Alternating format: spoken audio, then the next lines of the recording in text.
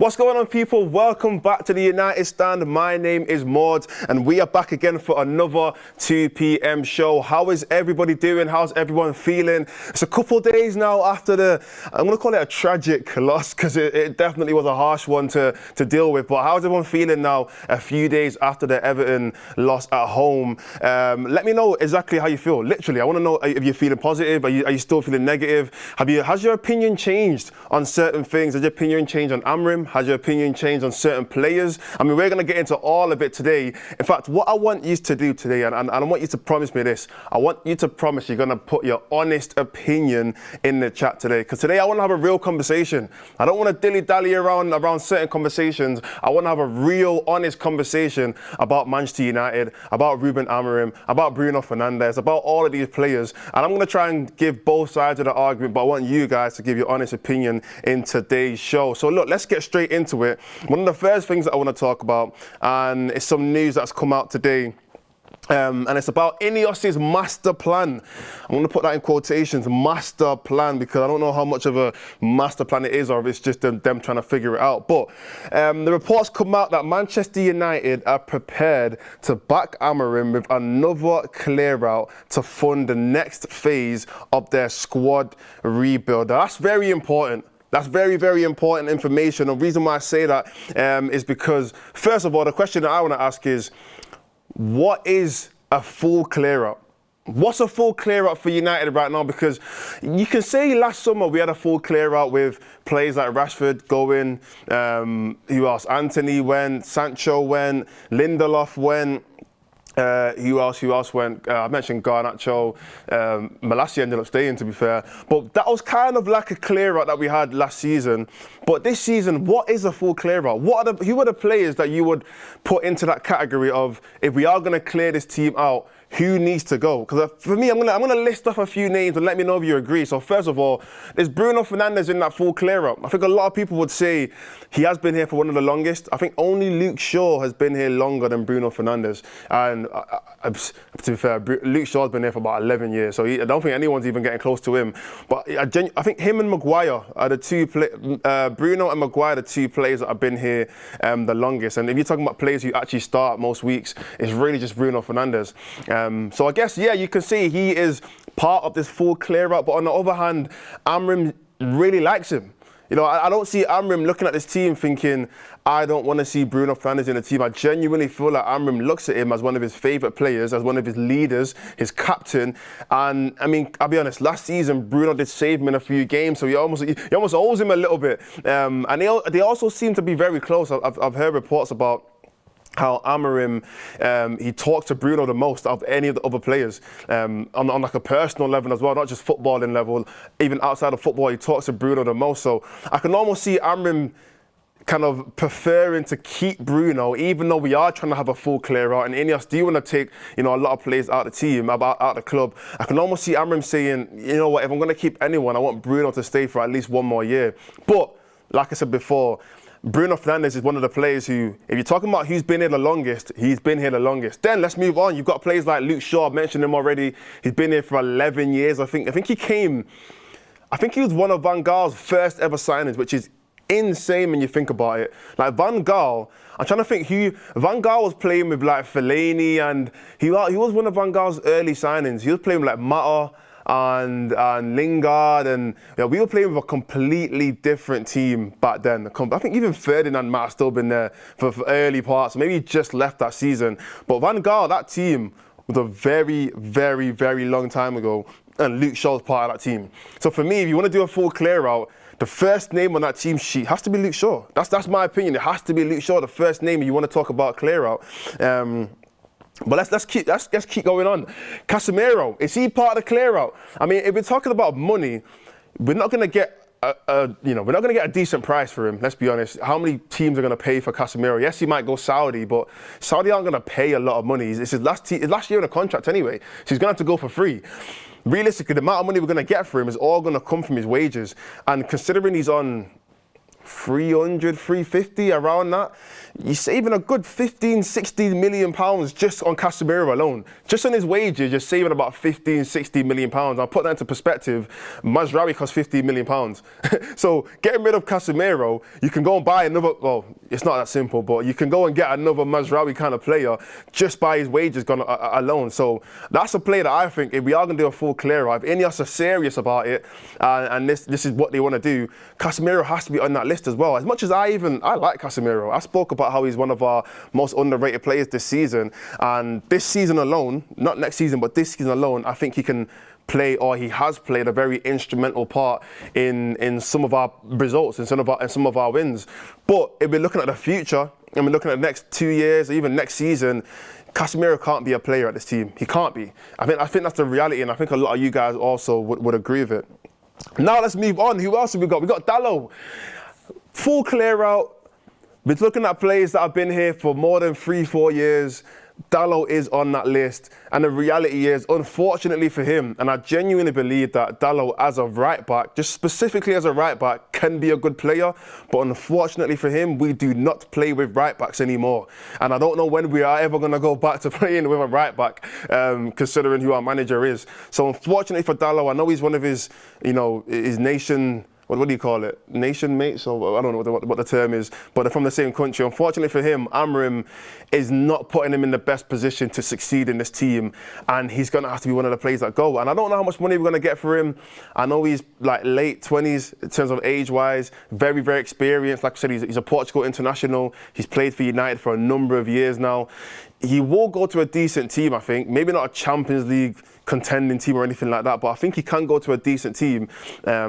And probably do well in his preferred position. But for Manchester United, because we don't play with right backs, and we're trying to, like I said, clear out and bring younger players in, I don't see Dalot being in this team for much longer. So look, Ineos is another player that's going to have to go in. Now, that's going to have to go out.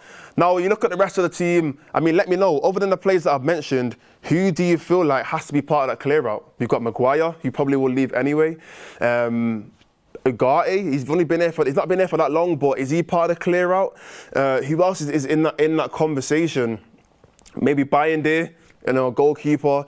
Let me know what other players is in that conversation of who will be clearing out. And yeah, I mean that is what Ineos' master plan is going into next season. But one other question that I want to ask is, because in the phrase that's come out, it says, Man United are prepared to back Amorim with another clear out to fund the next phase of their squad rebuild. And the question that I want to ask is, did the first phase work?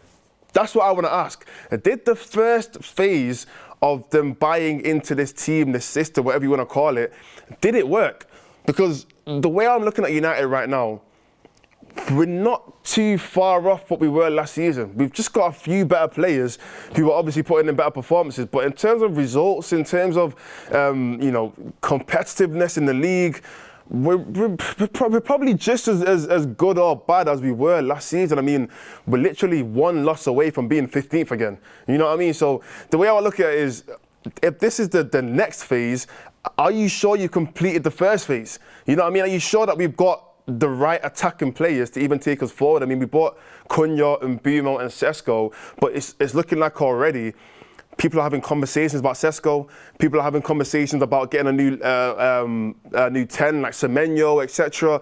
It almost feels like we haven't even completed that first phase yet, and we're still kind of, I don't know, relying on Mbeumo to kind of drag us through the mud. But realistically, we shouldn't be moving on until we've completed what we already started. Now, that's a question for Ineos, I guess. They obviously have their master plan, so they know what's best. But yeah, I feel like, before we do this whole, we're on to the next phase, have we completed what we've already started? Have we sorted out our attack? If that's the first phase, sorting out our attack, are you sure we've gotten the right players to fill in those positions for the future? I guess that's a question for Ineos, like I said. But when it comes to buying players, and I want to bring in a clip that I had from the forum just a couple of days ago. And I was talking about what it means to buy into a system. You know, what does it mean to buy into Amorim's formation, Amorim's system? And you know, does it really make sense to buy into a formation, or are you just buying into attributes? I'm going to play the clip for you, if I can play that now.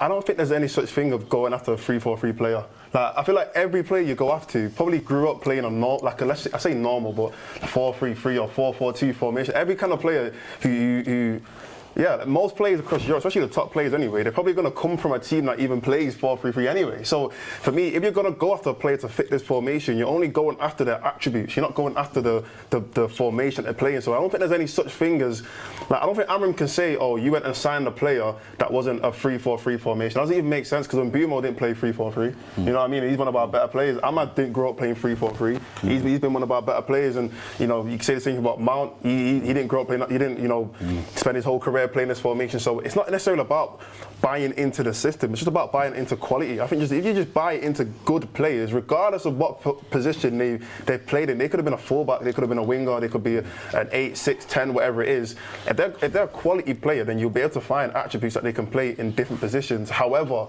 the main conversation is back to what I said before: are you getting the best out of the kind of player that you're bringing in?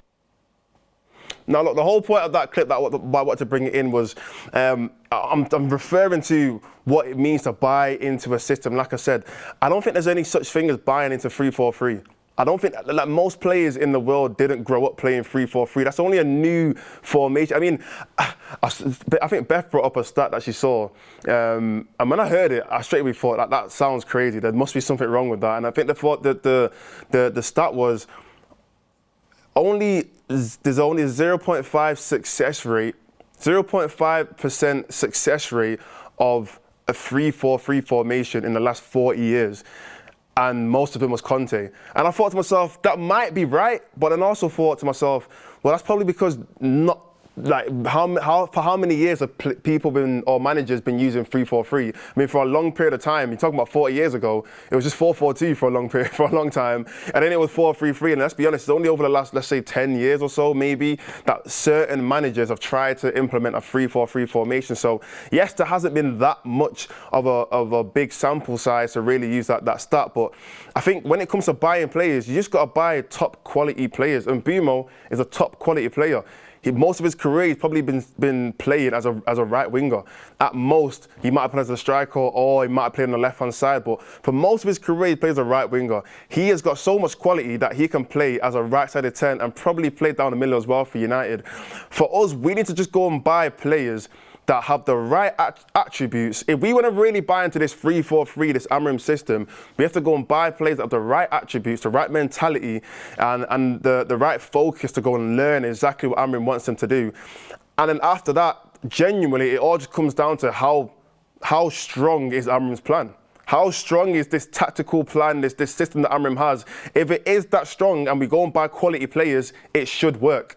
It should work. It might not, but it should work, because for a lot of top managers, that's exactly how it's worked for them. The same thing happened with Arteta. He bought players who were great players and put them into his system, and it worked.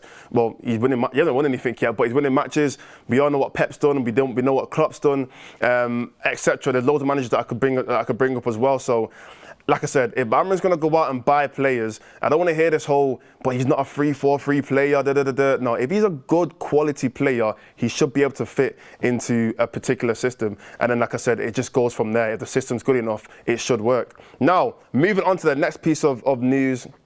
So Manchester United plan to overhaul the midfield next year and could part finance their incomings with significant departures and sales. Now, this is interesting. This is very, very interesting. Why? Because if they're looking to overhaul, this is how I read it. If they're looking to overhaul next year, that means they're looking to get rid of minimum 2 players, possibly 3. That's what an overhaul means. Overhaul doesn't mean you bring in loads of players and everyone who's already here stays. An overhaul means, look, we're getting rid of some guys and we're bringing in a few more guys. Now, the question now comes, who are the guys that they're getting rid of? Now, we can assume, yes, Casemiro, we spoke about him already. Bruno Fernandes is obviously, that's an interesting conversation. Will he leave? Will he stay? Does Amorim want him to stay? He's our captain, I guess, so there has to be a conversation as to who then becomes our captain in the team, if that's what Ineos want to do. But I also feel like there's going to be one more player that might leave. And I guess that comes down to Mainoo or Ugarte. And I genuinely believe if it comes down to it next season, and it's and Ineos are thinking we need to get rid of either Mainoo or Ugarte, or Amorim's thinking I need to let go of Mainoo or Ugarte, I think he'll pick to let go of Mainoo. As much as I don't want it to happen, because you guys know that I'm a big Mainoo fan, and I proudly say it. But if I'm looking at it from Amorim's perspective, I think if he's going to keep one player and let a player go and potentially get a bit of money for them, I think he'd rather go, you know what, I'll probably get a little bit more money for Mainoo, which means I can recoup it into buying a new midfielder. And also, I can't see Mainoo starting in this system over Ugarte. I genuinely feel like Amorim prefers Ugarte in his team than Mainoo. And I think that's been proven by how much, this season he's played Ugarte over Mainoo. I mean, look at the minutes. Ugarte's played far more minutes this season than Mainoo has. And like I said, I think if it comes down to it next season, especially if Mainoo goes out on loan to another team in January, I can see him saying, you know what, at the end of the season, Casemiro, thank you very much. I enjoyed your time. It's time to go. Bruno, thank you very much, but we'll take the 100 million. Mainoo, we tried. It didn't work out, but thank you very much. We're going to go and bring in another player. I could see Amorim doing that. And I think that's good. A lot of United fans that I've seen, they wouldn't mind it. That I spoke to, they wouldn't mind that, because a lot of United fans, probably some guys in the comments right now who don't necessarily prefer Mainoo as a player. They don't think that he's a good enough to start for United or even play for United right now. But I truly believe that with a player like Mainoo, and there's a couple players in the team that I want to speak out about as well who fit into this category, I feel like if we can get the best out of him, he's a strong attribute. He's a strong, I'm not saying attribute, but he's a strong addition to this team. He's someone that can do a job for us, even if he's not a starter. If we can get the best out of him, he's someone that can do something for us, especially considering if we're playing European football next year. Like I said, if you think he's not good enough as a player, that's fair enough. That's, everyone can have their own honest opinion. That's what we're here for. But I truly believe that like I said, if we can just somehow find a way to get Mainoo's best and then see him progress, because he's 20 years old, so his best right now isn't going to be his best in 5 years. But if we can somehow get into his peak and get him to be progressing every single game, he can do a good job for us. But I guess that comes back down to what Amorim wants and who he really puts trust in. But super chatting here from Slow Sports News. How you doing, Slow Sports News? We met the other day, actually. He was down at the studio. So Slow Sports News says, afternoon, matey. As we both discussed on Monday, Amorim needs to adapt. But he needs to get rid of Ugarte and Casemiro. Concerns was Mainoo, but get him out on loan would do him good. You know what? That super chat kind of just fits in perfectly with what I was just saying. Great super chat. But you're right. Amorim needs to adapt, and that is the main, I guess, conversation that a lot of people have been having, or the concerns that a lot of people have been having with Amorim over the last, since he's been here. He's been here for a year now, literally. I think it's been literally, he started at the end of November last year, so it's been about a year. And it's been the same conversations. Has he adapted? Will he adapt? The Everton game was a clear indicator of how Amorim almost refuses to adapt and change mid-game when things are supposedly supposed to be in his favour. You think you're playing against 10 men, that is in your favour for you to go and then adapt the game or change the game to go and take advantage. But he doesn't want to. For some reason, he desperately doesn't want to. But look, Slow Sports says as well, he needs to get rid of Ugarte and Casemiro. I just thought before, I think he will rather get rid of Mainoo, just because he might get a bit of money for him. But I agree in a sense of, I don't see Casemiro obviously being there next year, but with Ugarte, he's never gonna, it's tough to say it. I don't even like saying never for a player, because we don't know what they're gonna be in the future. But for Manchester United, I can't see Ugarte being a starter or being able to start for us if we are at the level of contending or competing for Premier League, Champions League, whatever it is. I can't see Ugarte being that player. And even as a substitute, it still feels like when we bring him on, the level just drops. Even if it's slightly, the level does drop. And there is, that is going to be a problem going forward, like I said, if we are going to be competing for these bigger trophies. But yeah, I also agree that it will be good to go out on loan for someone like Mainoo, just so we can get some game time, because realistically, he's going to be playing 10, maybe 20 minutes a game, if that, even if he comes on. I do think it will be good to get him out on loan. But quickly, before we even move on, there's so much stuff that I want to talk about. But I want to do a quick little cross promo. There's a lot of stuff going on this week. A lot of games going on this week. There's Champions League on today. And Mark is going to be doing a watch along on That's Football. So make sure you're heading over to That's Football tonight. It'll be starting at 7 p.m. because the Arsenal game, probably the biggest game this season. The two best teams in Europe, Arsenal versus Bayern Munich. I mean, Bayern Munich haven't lost a game. I don't think they've even drawn a game this season. They're on the craziest win streak. And obviously we know Arsenal are absolutely running away with the league right now. Just smashed Tottenham the other day. They're going to be playing tonight in the Champions League, and Mark is going to be doing a watch along. It starts at 7 p.m. on That's Football, so make sure you're going to go and check that out. Tomorrow, Ben Jacobs will be here 2 p.m. with Beth. There's loads of stuff that's coming out. I mean, we're going to touch on it later on in the show, but Zrikzee, there's conversations around Zrikzee going out on loan in January. Ben Jacobs is going to have the complete lowdown with all that information. And obviously, there's loads of other conversations about Semenyo, Elliot Anderson, Gomez. So make sure you're checking out Ben Jacobs tomorrow on That's Football, 2 p.m. with Beth. And make sure you lock in. On Friday, Bundesliga. As you guys should know by now, there shouldn't be new information. You guys should know that Bundesliga on That's Football is live. It's not just a watch along, it is a live game. You can see the green pitch and the players on the pitch running around, kicking the football into the net. That's what football is. You know what I mean? But you can go and watch that on Friday at 7:30 kickoff. The show will start, or the stream will start at 7:15, but Mark will be doing a live watch along at 7:30 kickoff on That's Football Bundesliga game. Sunday, Crystal Palace versus United, going to be a huge game. We cannot go back-to-back losses or the fan base is going to absolutely melt. The fan base is going to absolutely go into meltdown if we lose another game, but I desperately want to win this game. We have to win, because like I said, we could lose this game and drop back down to 14th, 15th, and there's going to be bigger conversations that are going to be had. So yeah, make sure you're checking out all the shows on that day. Countdown to kickoff, Mark's watch along, his review after the game, and the fans forum. So much entertaining shows on that day. And lastly, last but not least, on Sunday, Chelsea versus Arsenal, 6:15.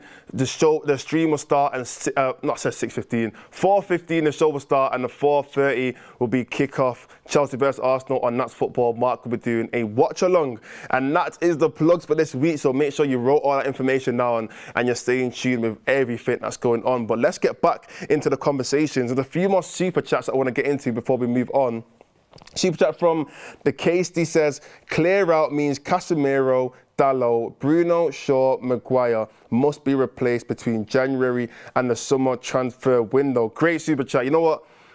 I think most people would agree with you. I think most people would agree that sounds like a pretty good clear out. What's that? 1, 2, 3, 4, 5 players moving out of the team. And if we can go and get 5 players that can come in and increase the quality of all of those players, I think that's a great clear out and a great, what do you call it? Yeah, turnaround in quality for the team. So great super chat there. Another super chat from Saint Blanco says, Anderson and Stiller would both complement Mainoo. Anderson and Stiller will both compliment me. Look, first of all, I don't watch a lot of Stiller, so I'm not going to pretend like I know exactly all of his attributes and what he looks like on the pitch. But I think with Anderson, I think the way that he moves around the pitch, he gets around the pitch a lot. He's very involved in the play. He's got great legs on him. People always complain about Mainoo's legs. Well, Anderson next to him, he's got legs. He can, defensively he's strong, and offensively, he's got so many positive attributes where he can move the ball forward, he can carry it forward. He's great at passing. I think him and Mainoo, I think you are right, to be fair. Him and Mainoo would make a great team. My only concern is I don't see any of them as being almost like a tenacious kind of get in the mud, dirty kind of player. They both seem very tidy players. They're both like, oh, get me the ball, let me keep it ticking, let me make things happen. I almost want that to be a player that he's trying to get a little bit dirty. You know what I mean? One of those players that you're not trying to go on a 50-50 with them, because you know it's going to be a problem. You know what I mean? But I guess that's just a different profile of player. But I do agree in a sense of, I do think Anderson and Mainoo could possibly work together. But Stiller, I'll have to watch a little bit more Stiller to fully give you my truthful and honest opinion. I'm not going to sit here and lie to you guys. I like to give my honest opinion. but I do know Stiller is still a good player.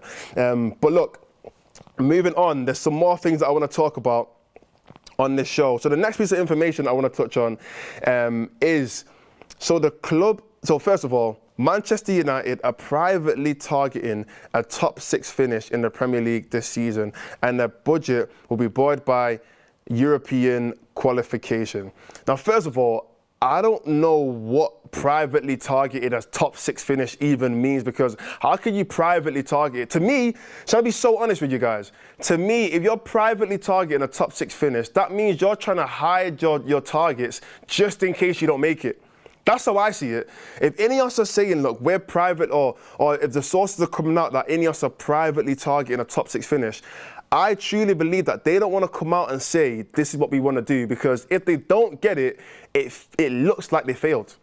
It looks like Ineos have failed if they don't go and achieve their targets, and that's why it's privately. That's why they don't want to come out and publicly say it. But to me, you're dilly-dallying around what you want to do. You're not being honest. You're not being truthful. That's the whole point of today's show. We want to be honest. Ineos, be honest with us. What are your targets? You know, because as soon as you let us know what your targets are, then now we can actually judge you based on what you should be doing. If you say to us, our targets this year is a top 8. That's what we want, and we go and achieve a top 8 finish, and you can say, you know what, they did what they were supposed to do. But if they go and say, look, our targets is we want European football, or our target is we want Champions League football, and they don't get it, they failed. They didn't hit their target. You might have done all right and got top 7 or top 8 or whatever it is. But I want to know, what are you trying to achieve this season? Because right now it almost feels like they're just figuring it out on the go. They're figuring out what they need to do. This is working, this isn't working. How can we change it? What can we bring in? What can we do? They're just trying to figure out as they go. And for me, if you're the owner of or part owner of Man United, I want you to have a clear target as to what you want to achieve this season. Don't try and beat around the bush. Be honest. Let me know what you want to achieve. There's also more news that's come out and said Manchester United are considering adding a new goalkeeper and wide player. This is based on transfers. We're going to go into a little bit of transfer news now. Manchester United are considering adding a new goalkeeper and a wide player. This could depend partly on the futures of loanees Radek, Vitek and Harry Amass. Now, if I'm being honest, with Harry Amass, he's actually doing pretty well on loan so far this season. I really want to see him progress before he gets to this United team. Because one, he's very young. He's still very, very young, and there's no rush to force him into this team. I know a lot of people are like, we need a left wing back, we need someone to be in this team. But for me, it's like, I don't want to rush to play like Harry Amass into this first team, and then all of a sudden he doesn't have some good games, and it's, he's not good enough, get him out, I'd rather him go and almost do what Ahmad did. Go out on loan, maybe even to multiple clubs for a couple of years, go and really understand your traits, go and progress, go and develop, go and play first team football against grown men and understand the physicality that you might need, go and grow physically, and when you come back, you're ready to play. So if that means he goes out on another loan, I don't mind it. I genuinely don't mind him going out on another loan next season, and us just going and bringing in, I mean, it says here they're looking for another wide player. Go and bring in another left wing back, because we desperately need it anyway.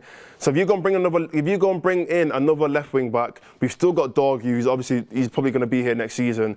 Let Harry Amass stay on loan. Let him go and progress. Like I said, I want to see him come back ready. I don't want to see him come back and be pushed into the starting 11 just because we need a player.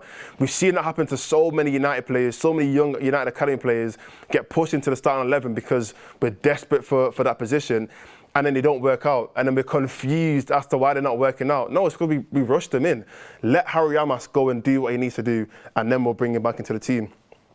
But there's also been a last bit of news here about Zrikzee, and the news is that Roma have offered an initial loan for Zrikzee with a option to buy. That option will become an obligation if they qualify for the Champions League. It's claimed that he said yes to the move. Now, look, I'm probably going to end it here because it's been a 30-minute show, so I'm going to end it here on this point. My thing with Zrikzee is, I think a lot of people are desperate for certain players to fill at this club. I'm being honest today. This is my honest opinion. There's certain players in this team that I truly believe that there's a large portion of the fan base that are just waiting for them to fail. For whatever the reason is, that's up to them. I don't know. But there's certain players that I think to myself, why is everyone so quick to jump on them when they don't do well? Why? I'm genuinely confused as to the response to certain players. I look at a player like Zrikzee. Last season, we were begging for this guy to come back from injury. We were literally begging. I think we were starting Hoyland, we were starting Chido some games because we were desperate for Zrikzee to come back in this team because we saw what Zrikzee can do in the Premier League. Against Arsenal, one of the best teams in the Premier League. We saw what Zrikzee could do, we saw his attributes, and we saw the improvement and the quality that he brought to this team. The way I look at it now is, yes, he did not have a good game against Everton, and he will probably say the exact same thing.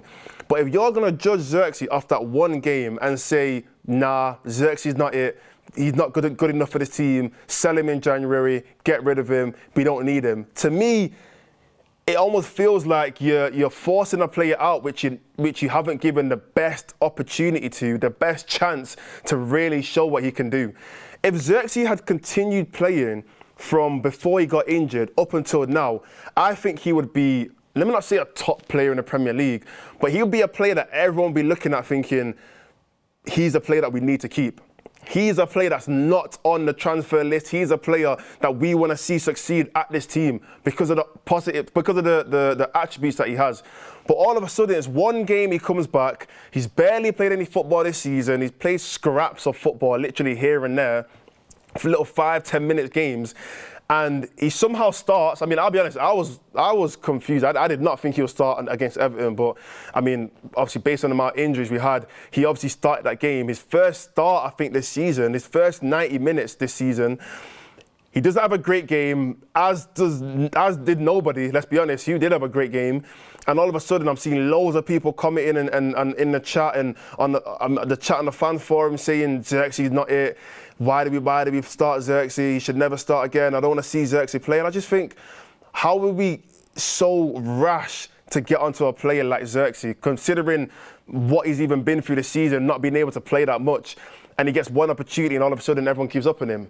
To me, that don't make sense. And I feel like with certain players like Zrikzee, like Mainoo, and even there's other players as well, that I just think the quality that I've seen these guys have in the past, and I say the past, but in the last year or 2 years, the quality that I've seen these players have, I'm desperate to see that return. I'm desperate to see them have that quality again in this team. And I don't understand why people are so quick to just turn their backs on certain players. Even Ahmad, I've seen loads of people say that they want, I saw someone in the chat today even say that they want Ahmad gone. And I'm thinking to myself, Ahmad Diallo is the player that you want to see gone out of this team. From what the quality that we've seen Ahmad possess for United, how is he one of the players that you don't want to see start or you don't even want to see play for United? I just think for some reason, there's a large portion of this fan base that are just desperate or they want to see certain players fail for whatever reason it is, I don't know. But look, that's my honest opinion. I told you I'm going to give my honest opinion today, whether people like it or not, that's just what I think. But thank you guys for listening. Thank you guys for watching. Like I said before, there's so many shows coming out, so many watch-alongs this week. Don't forget about the Christmas jumper. Is it on the floor behind me? I thought the Christmas jumper was, there it is. It fell on the floor. The Christmas jumper is out. Make sure you buy your Christmas jumper. We're gonna wear it I'm gonna wear it. I should have worked today, to be fair, but we'll wear it on one of the shows. We've all got one, so don't worry. It won't just be. It'll be me, Beth, Ricky, Kev. Everyone will wear this Christmas jumper on one of the shows. So make sure you're buying your Christmas jumper, and like I said, make sure you're checking out all the shows throughout this week. And thank you for listening and watching, and I'm gonna see you in the next one.